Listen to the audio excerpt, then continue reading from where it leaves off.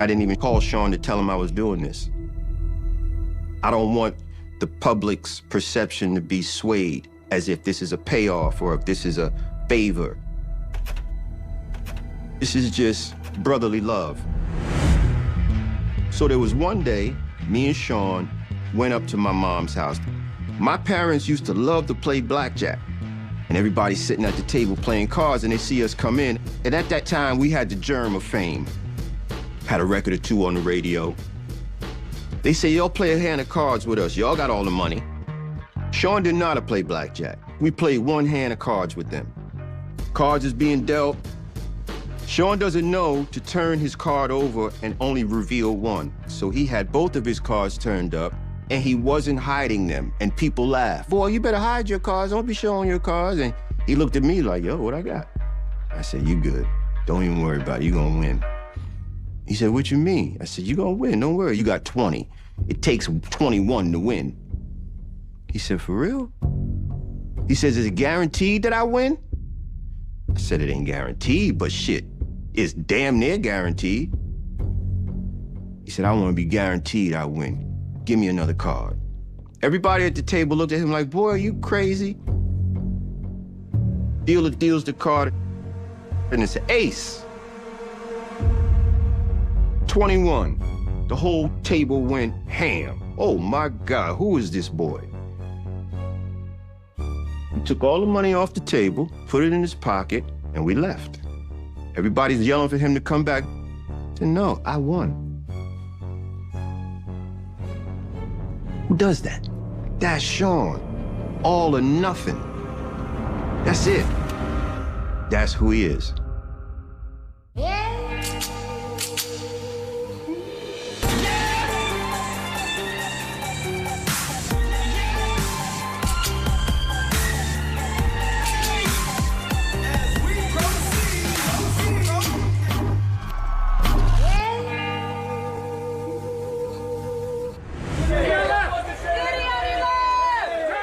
Sean Combs. You can never count him out. It's like the life of a cat. 9 lives. 9? Shit.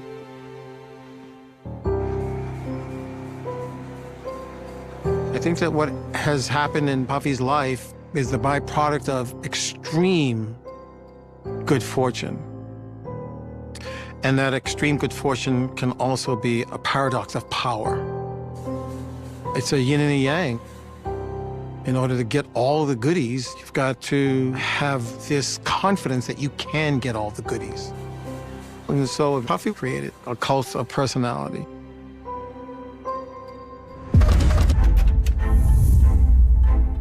After the nightclub shooting, when he was acquitted, he went into PR overdrive. Who said we had to have one name?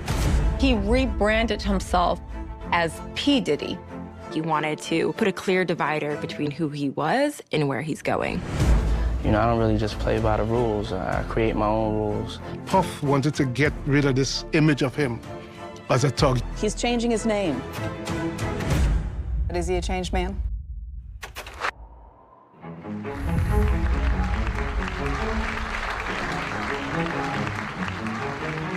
Puffy knew how the media worked, and he knew how important it was to maintain an image. I have a big announcement to make today. I will run the New York City Marathon to raise money and awareness for 3 charities. We start to see Sean Combs engage in these kind of stunts. In the 2004 election, he starts to talk about this vote or die campaign. This election is life or death. Now we're gonna make voting cool. He's now mingling with future President Obama at the time when Obama's career was on the rise. I just want to say how much I appreciate Puff Daddy for doing the kinds of work that he's doing, because he doesn't have to do this. Sean Combs shows up in a Broadway production that's revisiting A Raisin in the Sun, one of the first plays by a black woman produced on Broadway. Sean P. Diddy Combs is winning over audiences on Broadway. Combs found a way to rise again. Is there anything this man can't do? He was seen to many people in the media as a safe person of color. At the time, reality TV was exploding. There were all these competition reality shows with mega moguls in different aspects of culture. And there were contestants vying to be able to have it on their resume. They worked for Trump. They worked for Paris Hilton. That they worked for Diddy. I was the director of photography and co-executive producer of I Want to Work for Diddy on VH1. To live the dream, you have to work for it. I Want to Work for Diddy. I was quite blown away that I was actually directing this guy and telling this guy what to do. I think to work for a narcissist, you have to become one. And I think that's what the show's success was, exposing the narcissist in Diddy. The last episode of I Want to Work for Diddy starts at the London Hotel. The brand spanking new, never slept in presidential suite. I was planning to go up and talk to Sean and block it out with him before we started. My AD's with me, and I knock on the door. I come in, and to the right is this pretty grandiose staircase. So I'm standing there a good 5 minutes. He comes down, he's got a robe on. It's open, and he's got nothing on. He's just naked. Like it was nothing. He knew I was there. He knew we were waiting. It was a moment where it's like, wow, I guess somebody at that level can really, truly do and say whatever they want to do and say, period. From the outside, he was this mogul. He was this guy who, you know, could make your dreams come true. But then there was the other side. It might not be so safe. I have not shared my story in a public way, in a very truthful, uncensored way.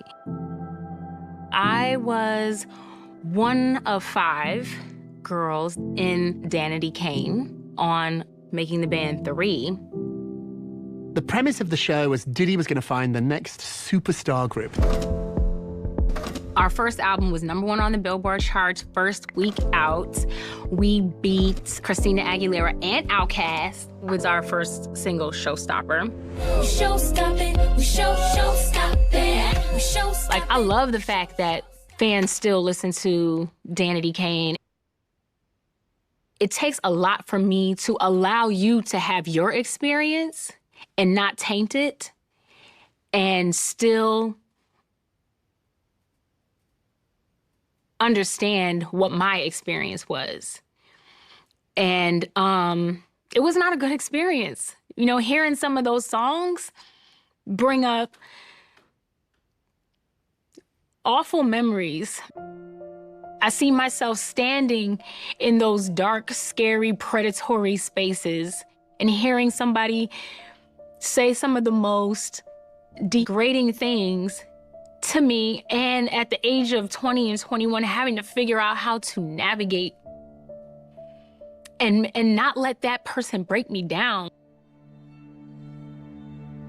I remember one time where he had the cameras there while we were like trying on clothes so he could watch us. He's going to point this little camera at us for Diddy so he can judge our appearance. I called it like Jedi mind tricks. This happened so early on. He was going one by one, just like critiquing our style. And when he got to me, it wasn't about the clothes. What's your stomach looking like? For real, are you feeling a little thick? And I was like, well, you know, next to these skinny girls, I'm always gonna look thick. I'm working out, I'm running. I always feel thick next to these skinny chicks. Puff would just say, you look like you know, you 1 cheeseburger away. You know that, right? You know that you 1 cheeseburger away. Like, he wanted me to agree with him. You're like a burger away. And it was like I had to just take it, grit my teeth, and let him say what he wanted to say.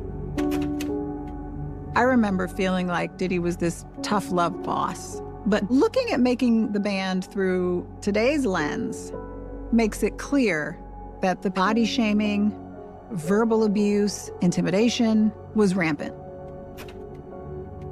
He was singling out different ones of us, especially Aubrey. Aubrey always stuck out as one of the stars, one of the fan favorites. He had an aggressive, intimidating way with her. I remember one scene where he was like, what do you have to say? Aubrey, you ain't got nothing to say? You got such a big mouth when I'm going. What you got to say? Say it now. The way Puff and Aubrey went back and forth was very uncomfortable to witness, to watch. He was the hardest person that you can work for, and it was torture. And not the work part of it, but the other stuff. I remember her sharing with me that he had sent her a lot of very inappropriate pictures. I saw a lot of things that he would email her.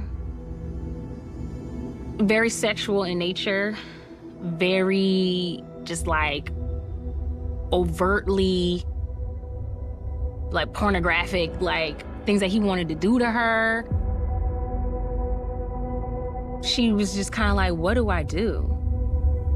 I remember telling her, girl, put that in a folder, send it to your mama, save that.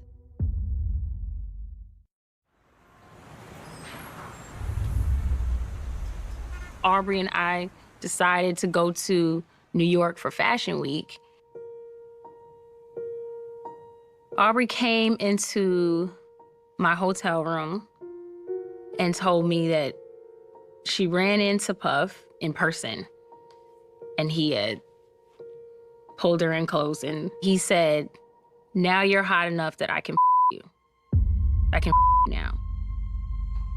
It was like a moment of shock, a moment of your stomach turning, a moment of just like,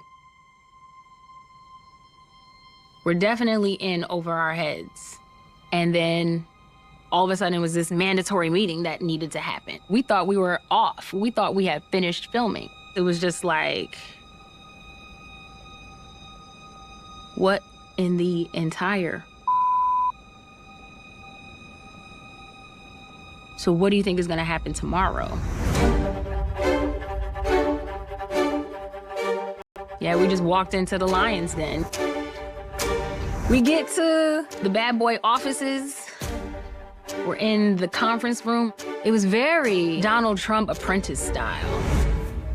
The vision that I had for the group, this ain't the vision that I'm on. You know what I'm saying? The whole group of Danity came, sitting at the table, and Puff was saying to Aubrey, she was promiscuous, saying that he didn't like her image and her body. I don't like what she does to the brand when she's wilding out there, being overly raunchy, promiscuous. Puff fired Aubrey. I don't want you in the group no more.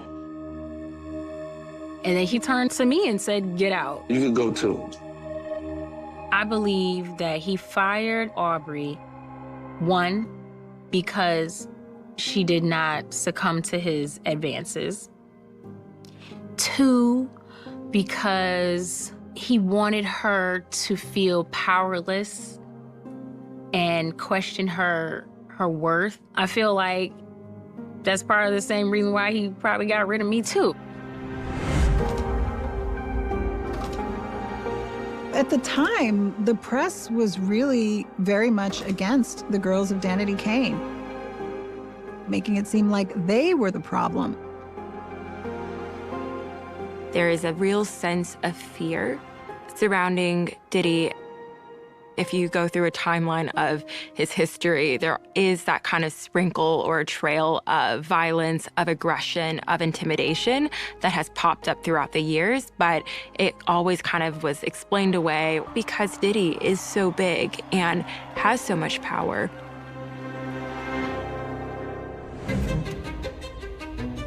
By 2007, Diddy's wealth just starts rapidly multiplying. Sean Combs is one of the most influential beacons in luxury culture today. He then lands a huge partnership with Diageo. I'm proud to announce a groundbreaking strategic alliance between myself and Ciroc Vodka.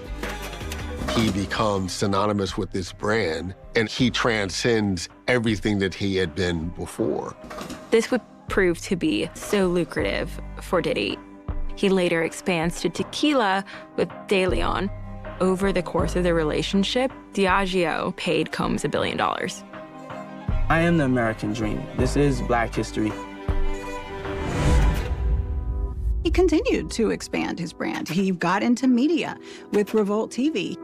I am the former managing editor and global news anchor for Revolt TV. Hi, everyone, and welcome to the show. I'm MIRA Escampo. It was the only place I've ever worked where I felt like I could show up 100% as my authentic self.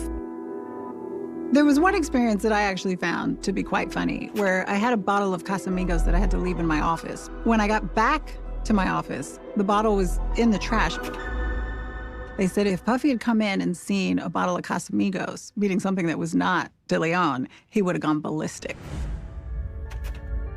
To be successful in business, you have to take your brands very, very seriously, and clearly he did that. What's going on? Just sending you some love. We on set, we working hard. We know y'all working hard.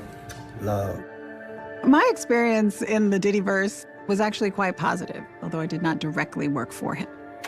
But what we've heard from those who have worked with him is that he used the same fear and intimidation and coercion tactics in the workplace as he did with his enemies.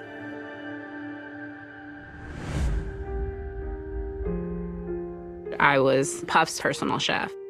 Since the news broke about Puff, it brought everything back. I've been quiet for 17, 18 years, and because of it being brought back, I went into a trunk that I have in my house that actually has my journal entries from around that time, and I read over them. And there's a lot of things that I forgot or buried. I started working for Puff in the summer of 2007. I am Sean Combs' personal chef. I was in my early 20s. I'm just like, you know, I'm excited. His level of success, his level of power, and his reach. Who wouldn't want to be associated with him? Puff was the top.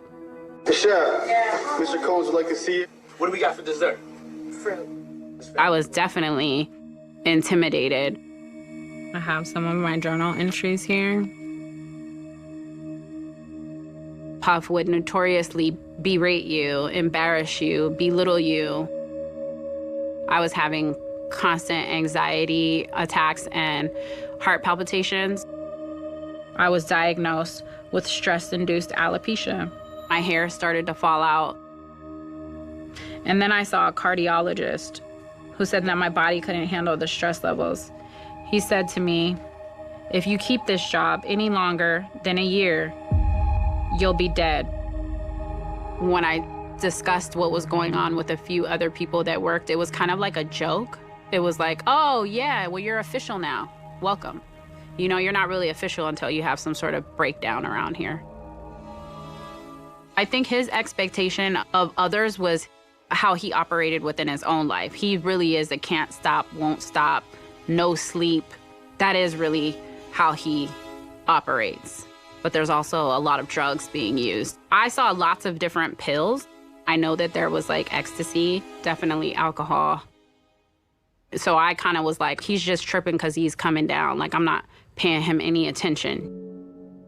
But there was a specific time, Puff comes downstairs and he's yelling, I'm so f***ing tired of hearing about you and your f***ing attitude, and all you gotta do is cook the f***ing food. Me and him are like face to face like this. And he's just like, he does like this to my forehead. And he's just like, you know, like, and I'm telling him like, don't touch me. And now tears are coming down my eyes. And he's like, you crying, you crying. And there's kids starving in Africa and you over here crying. And all you gotta do is cook food. He was just getting madder and madder. And so I walk away and I'm opening up the refrigerator. I remember him saying, yeah, you f***ing crazy. And then I just remembered slamming the door and being like, yeah, that's right, I'm crazy. And you know what else? I quit. Me saying that I quit, like, enraged him more, because he's like, you can't quit on me. You can't quit on me. And I just remember turning around and saying, you.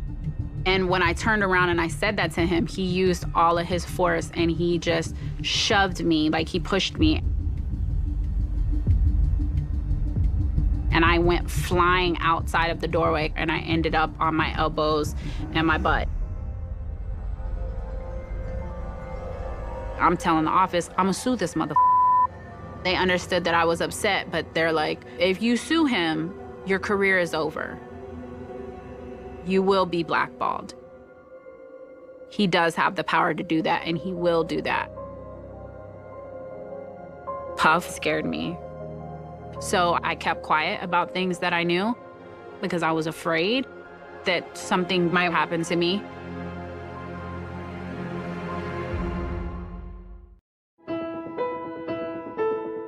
I've seen Diddy in incidents with multiple women with violence. One time I remember telling him, yo, I think you got a problem. He looked at me and he was like, yo, I ain't got no motherfucking problem. So he said, sometimes you just gotta let these hoes know who the boss is. From 2006 to 2012, nobody else spent more time with Puff than I did. I was his everyday bodyguard. It meant so much to me to get with Diddy because of who I was and what I've been through. I was incarcerated for a little while, so to me, that was a stepping up. One of the reasons that I got with Puff was because he was an older guy, so I felt like it's just a matter of time before he simmers down. But he was still waking me up at 4 or 5 in the morning talking about, yo, we getting ready to go to the club. And I remember lots of drugs. When he was on drugs, it enabled him to stay up for 2 and 3 days at a time. At that time, you had different people that Diddy did respect, telling him you need help. And when that didn't happen, I seen a spiral, and the spiral was going downward. There was a time he had a fight in Miami, and when we was running out the door, he seemed to think it was funny. Looked at me and he told me, he said, I got time, Barnes. I said, what you got time for? He said, I got enough money for one more big fight that I could pay the people off. In my mind, I was like, yo, this dude is crazy. Who wants to get into a fight to have to pay somebody? Diddy, he always wanted you to agree with what he said. And if you don't agree with what he said, he had his way of getting rid of you. Coming home from jail, I couldn't move on to nothing better. And so I was even willing to turn a blind eye to some of the bad things because Diddy would always say, you should be thankful for being here. He was just a master manipulator. So when I look at him now, I say the respect that I had for him, the way that I looked up to him when I first started, is all gone because I know it's a facade. I like to value my success on not the monetary aspect, it's how many lives I could touch and change and help to give a chance to. Diddy did such a good job of presenting himself. And so I, like most of the world, did not fully realize the extent of the darkness. Lil Rod is the first man that has come forward with some of these allegations of sexual assault. There are a lot of things that stood out in Lil Rod's lawsuit. Mr. Jones witnessed, experienced, and endured many things that went far beyond his role as a producer on the Love album. When I started working with Puffy, I was very, very excited. For me, I had already won just to be sitting in a room with him. It didn't get any better than that. But knowing everything that I know now, I would never work with Puffy. My name is Rodney Jones, Jr., also known as Lil Rod. I produced the Love album Off the Grid for Sean Combs. Working with Puff, you never know who you're dealing with. So some days he would walk in and be one of the coolest guys. And then some days he'd walk in and he's just being a thug. I remember one time, he was asking me how much was I going to charge him for working on his album. Before I knew it, he was up in my face. He's like, yo, you don't charge me no money. I'm Puff Daddy. I'll eat your face off. I never got paid as a producer for the Love album. Still to this day. Puff making threats, that's who he is. A bully in a suit. Puffy crossed the line so many times.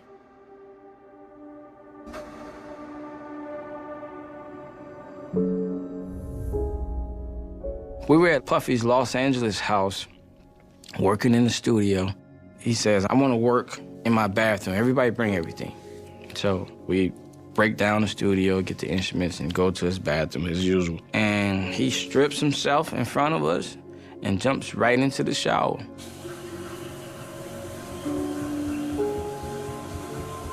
But he's looking directly at me. You know what I mean?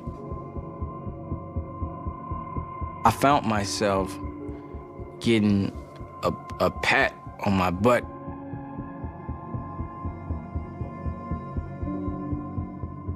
Felt uncomfortable and still feels uncomfortable. I was very unsure what to think and how to feel. It's not something that I ever want to happen again. I did at some point raise this issue to one of the chief of staffs. She would tell me, oh, that's just his way of showing he likes you or loves you. He should just downplay it like it's nothing. And it just happened over and over. Working with him, there was a lot of abuse that came with it.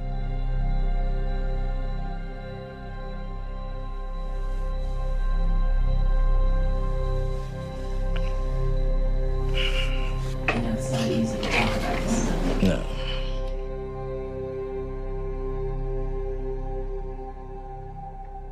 There's so much more that he did. Puffy would require us to go to the club and bring back multiple choices of women for himself or whoever he deemed necessary to have fun with. So more than often, we did spend a lot of our time going to the strip clubs to get sex workers to bring back to the house. You'll see girls come at the Miami house. That happened quite often. Lots of women, lots of partying, lots of drugs, lots of alcohol. I even found myself a couple of times waking up next to some of the sex workers.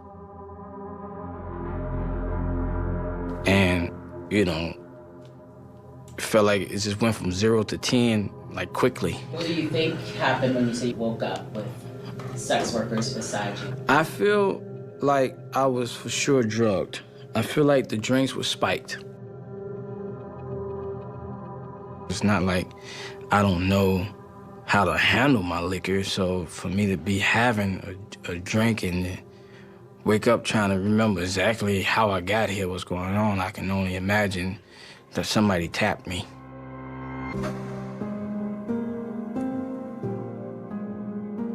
Everybody was sipping on the Puffy juice. That makes me feel very used, abused. It makes me feel like only a monster can do this.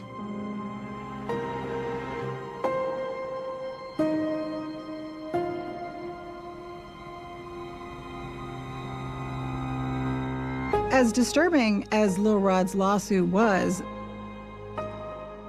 there have been more shocking things that have come out.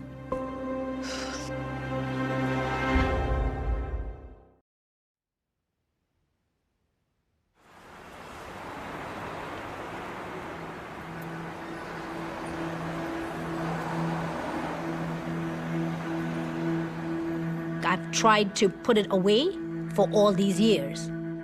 But even now, it's a lot. The color red for me is a trigger. It took a lot to wear this red shirt today. You know, because it's a process. I'm trying to get there. I can't listen to any bad boy music without it triggering me. I cannot hear his voice without it making my stomach hurt. That effing monster. Back in 2000, I was living in Queens. I was a mom in the middle of a divorce, so kind of maintaining house and home first. And then I started dating a bad boy executive through my boyfriend. I met Sean Combs at Daddy's House Studio. It was just a normal, hey, how you doing? Welcome to the fam, welcome to Bad Boy. That was the atmosphere, very fun, very upbeat. At that time, Diddy was the jokester, the prankster, but now, thinking back, Diddy would make remarks that if you have to really think back to it, it's like, a little weird. Like, hey, don't leave her alone over here. You got a pretty girl. She's a little thing. Now, in hindsight, it's like we're prepping yourself for the kill. And then what happened in 2001 changed my whole life. I was home in Queens. I got a call from one of the people at Bad Boy Studios. They said, Puff wants to talk to you because your boyfriend is up at work again. There was nothing alarming about Puff wanting to talk to me because we've had a conversation about him screwing up at work prior to this, to get him back on track. A little while later, this burgundy Escalade pulls up, and Puff was sitting in the back. So I jumped in the back, and he said, hey, what's up? Do you want something to drink? I said, sure, what you got? And he was drinking something in a red Solar cup, and he gave me a clear glass, like a little cup, with some white Zin.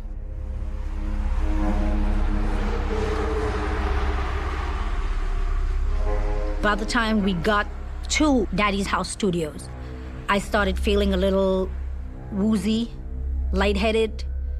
I kept doing this, trying to feel my face because it kept feeling a little numb. I remember getting out the Escalade. Still, I'm thinking we're gonna go to the studio and my boyfriend's gonna be there. But at this time, we went down the hallway to a door and a lounge that I've never been to. And I remember sitting on the dark couch. Puff was sitting there on the couch with me, and I'm not sure for how long I was sitting there.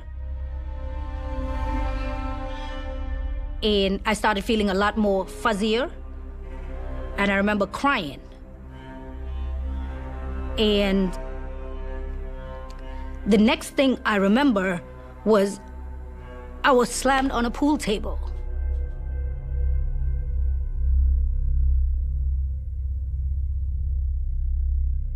I was naked on the pool table, and my hands were tied behind my back. And I kept trying to do this to try to figure out what was tying me. It felt like plastic bags. Puffy was standing by the bar, and he was naked. There was a jar on the bar. He put on something on his privates that, like, I smell it. It smelled like menthol. And he was slathering it in.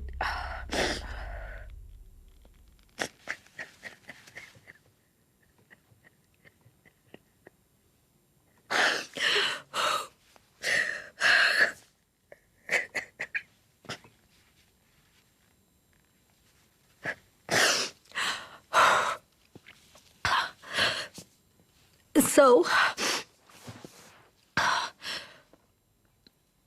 I was still trying to figure out what's going on. And Puffy came up behind me and went straight in my anus to where I ended up throwing up on the pool table and screaming. And I'm not sure if there was anything coming out my voice while I was screaming, but I could feel the burn anally. And I was trying to kick him. I'm short, so my feet wouldn't even touch the ground. And I was trying to kick him, and I was trying to hold on to the table at the same time.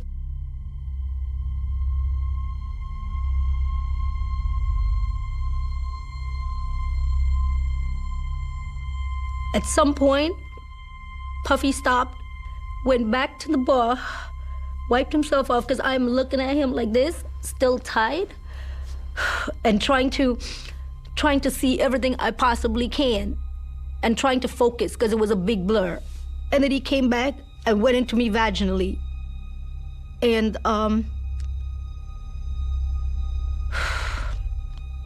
he said something, not sure what he said or if he was even talking to me. And then when I came back to, I was back on the couch.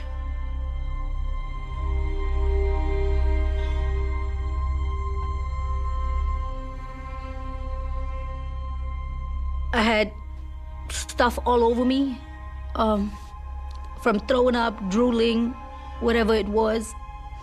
But this time, I didn't have the ties anymore on my hand. I had red panties on, couldn't find my panties. I remember putting on my bra, putting my dress on. I don't even remember if I put the dress on correctly. And I ran out the door. I was terrified. I just didn't want to die.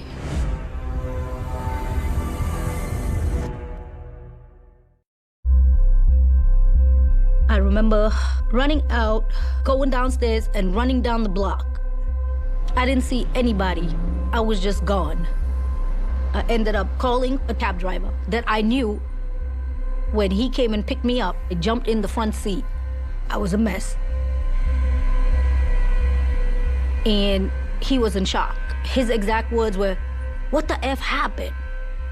Did you get hit by a truck? A car? Did you have an accident?"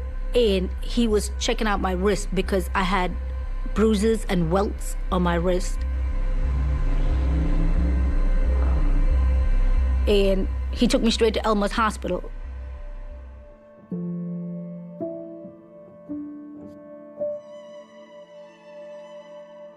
I couldn't go in. I couldn't move. I was scared. Not just for my life, I was scared for my parents finding out. Just because, I didn't want to embarrass them. I didn't want to embarrass myself. And I didn't want to go to the police because I was in the middle of a child custody battle and a divorce. I didn't want anything stopping this process.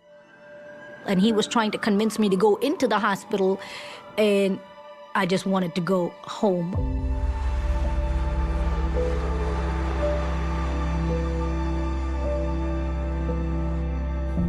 And just sit in the shower for about an hour, and that's what I did. Trying to scrub, literally it's like scrub your life away. I have stayed in bed and hiding from my parents for 3 days in the same household because I still couldn't fathom what happened. It didn't seem real. And then came the questions, why me? We were supposed to be cool. We were supposed to be like friends. We're supposed to be, you know me. Those were all the thoughts going through my head while I was hiding.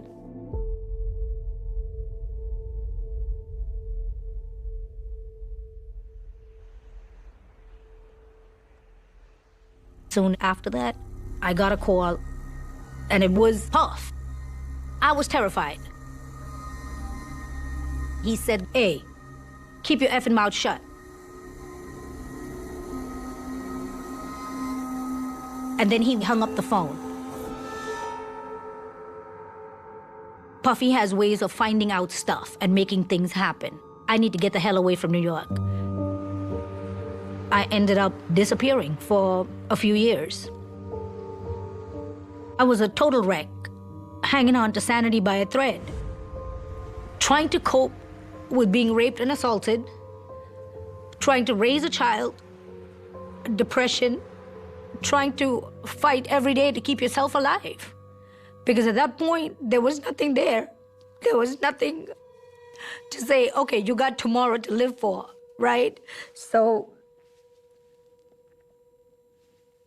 every day was a battle. Every day was a struggle to try to keep me from either killing myself or doing something stupid. Today, I'm still coping with and trying to get through it. Because November of 2023, I was told by my ex-boyfriend that my assault was actually recorded on tape. For me, it was like, why would somebody record raping somebody and then you show it to other people? I was so angry. And then he said, do you see what's happening in the news with Cassie? Sean Diddy Combs, the disgraced music mogul. Sean Diddy Combs. Sean Diddy Combs facing a slew of allegations, including rape and sex trafficking. She opened out a can of worms with Puff, forcing her into unwanted sexual encounters through the use of illegal substances and threats of violence. The acclaimed music producer vehemently denying the allegations. I always believed that I was the only victim. These are the first of what could be scores of lawsuits. Definitely looking at a piece of property that is owned by Sean Combs. It has been a staggering fall from grace.